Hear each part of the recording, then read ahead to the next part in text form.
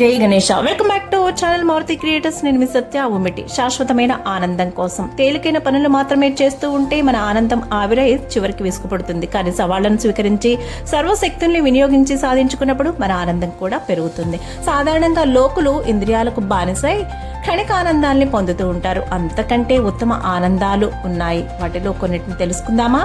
ఓ గంట పాటు ఆనందం కావాలంటే ఓ కునుకు తీయాలి. ఒక రోజు పాటు ఆనందం కావాలంటే కొత్త వస్తువులు కొనాలి. అదే ఒక నెల పాటు ఆనందం కావాలంటే సెలవుపై వెళ్ళాలి. అదే ఒక సంవత్సరం పాటు ఆనందం కావాలంటే తాతల ఆస్తిని పంచుకోవాలి.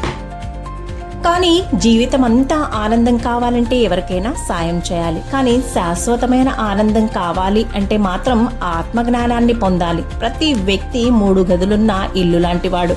శరీరం, మనస్సు, ఆత్మ అని ఆ 3 గదులకు పేర్లు. చాలా మంది ఎక్కువ కాలం పాటు ఒకే గదిలో ఉంటూ ఉంటారు. కానీ మనం ప్రతిరోజు కనీసం కొంతసేపైనా ప్రతి గదిలోనూ ఉండకపోతే పరిపూర్ణ మానవులం కాలేము, సంపూర్ణ ఆనందాన్ని పొందలేము. ఏమంటారు? Thank you for watching. Please